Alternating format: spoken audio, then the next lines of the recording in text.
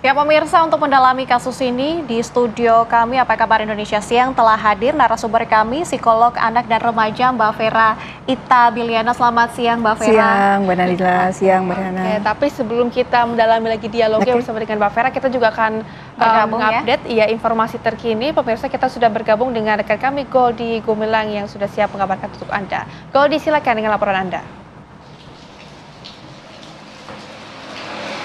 Selamat siang Rehana, Nadila dan juga pemirsa. Terkait dengan kasus kekerasan seksual yang menimpa kurang lebih 31 anak di bawah umur yang dilakukan terduga pelaku dari Kabupaten Jepara, Jawa Tengah, ini tengah diselidiki oleh pihak kepolisian. Dalam hal ini adalah Direktorat Kriminal Umum Polda Jawa Tengah.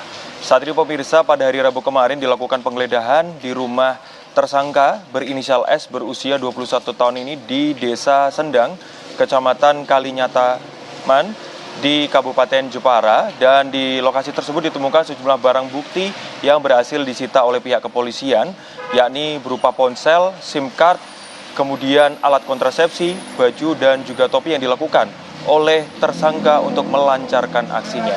Kasus kekerasan seksual ini tengah juga ditangani oleh berbagai pihak, salah satunya adalah Departemen DP3 AP 2KB, di mana untuk ke-31 korban ini akan dilakukan pendampingan. Namun sejauh ini informasi yang kami terima dari Ibu Ririn, ini ada 2 korban yang sudah didampingi secara psikologi terkait dengan kasus kekerasan seksual yang menimpa mereka. Karena memang rata-rata dari korban ini pemirsa berusia kurang lebih 12 hingga 17 tahun, di mana ini rata-rata untuk korbannya berasal dari Jepara. Namun tak hanya dari Jepara saja, ini ada juga yang berasal dari berbagai kota seperti Semarang, Lampung, dan juga di wilayah Jawa Timur.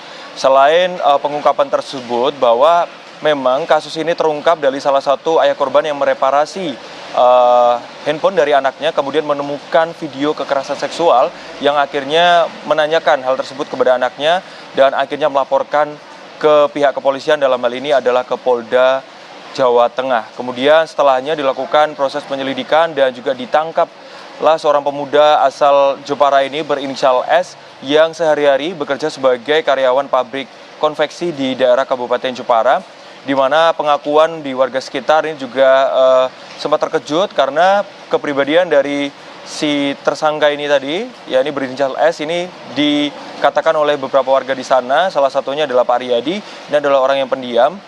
Kemudian juga ia terkejut kasus tersebut terjadi di wilayahnya. Selain itu dari pihak kepolisian juga saat ini tengah melakukan penyidikan lebih lanjut dan juga menghimbau untuk para warga di wilayah Jawa Tengah maupun di Indonesia untuk lebih berhati-hati ataupun mengawasi anaknya, terutama untuk anak perempuan di bawah umur, karena memang modus operandi yang dilakukan oleh tersangka ini melalui media sosial dengan cara menghubungi dan juga merayu korban, kemudian juga melakukan kekerasan seksual dan merekam hal tersebut, sehingga rekaman tersebut digunakan oleh pelaku ataupun tersangka untuk mengancam para korbannya. Sejauh ini pemirsa, sudah ada 31 korban yang terdata, dan dari pihak kepolisian Polda Jawa Tengah juga masih membuka untuk posko aduan sebagaimana jika memang ada korban tambahan dari kejahatan seksual yang dilakukan oleh S asal Jepara ini.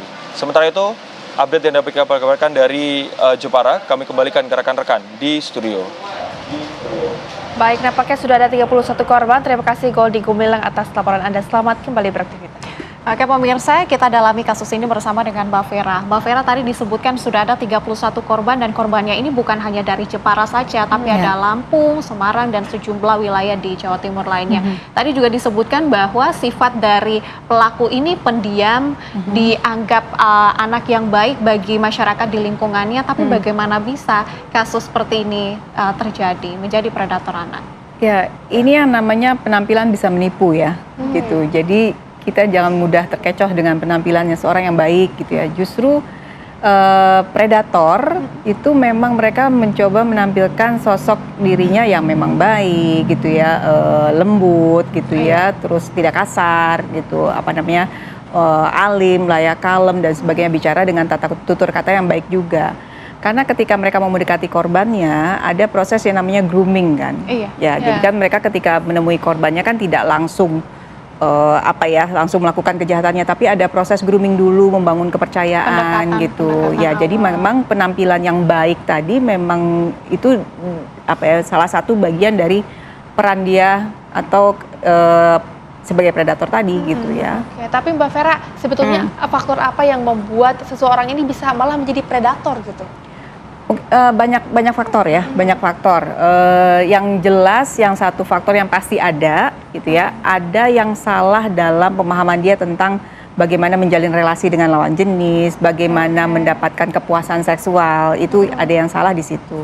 Nah, tapi kan kenapa dia bisa sampai menjadi predator, tentu setiap kasus, setiap pelaku punya background historinya masing-masing gitu ya. Nanti mungkin dari proses penyelidikan bisa lebih dalam lagi kita ketahui kenapanya. Oke. Mbak Vera, tadi sudah Anda sebutkan bahwa cara predator ini mendekati korbannya itu melalui grooming ataupun pendekatan-pendekatan yang dia lakukan gitu.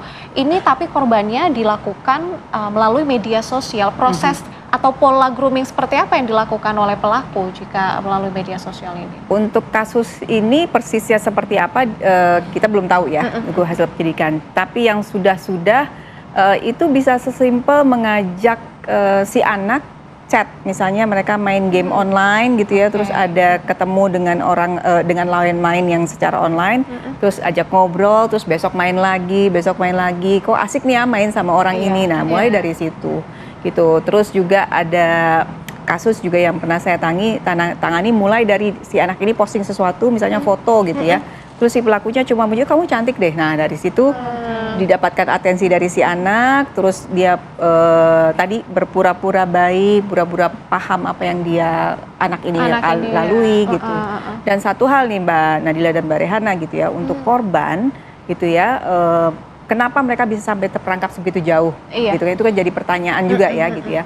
Nah, anak ketika mereka tidak mendapatkan apa yang mereka butuhkan di lingkungan terdekatnya, tentu saja akan cari di luar, gitu. Dan sekarang ada media sosial nih, di mana itu jendela bagi anak untuk keluar untuk mencari apa yang dia butuhkan. Dan di luar sana ada orang-orang seperti predator ini yang memang berpura-pura baik demi keuntungannya mereka sendiri sebetulnya. Mungkin artinya kita harus berhati-hati ya dengan tadi like, terus komen juga, karena ini mungkin bisa memicu hal yang tadi ya.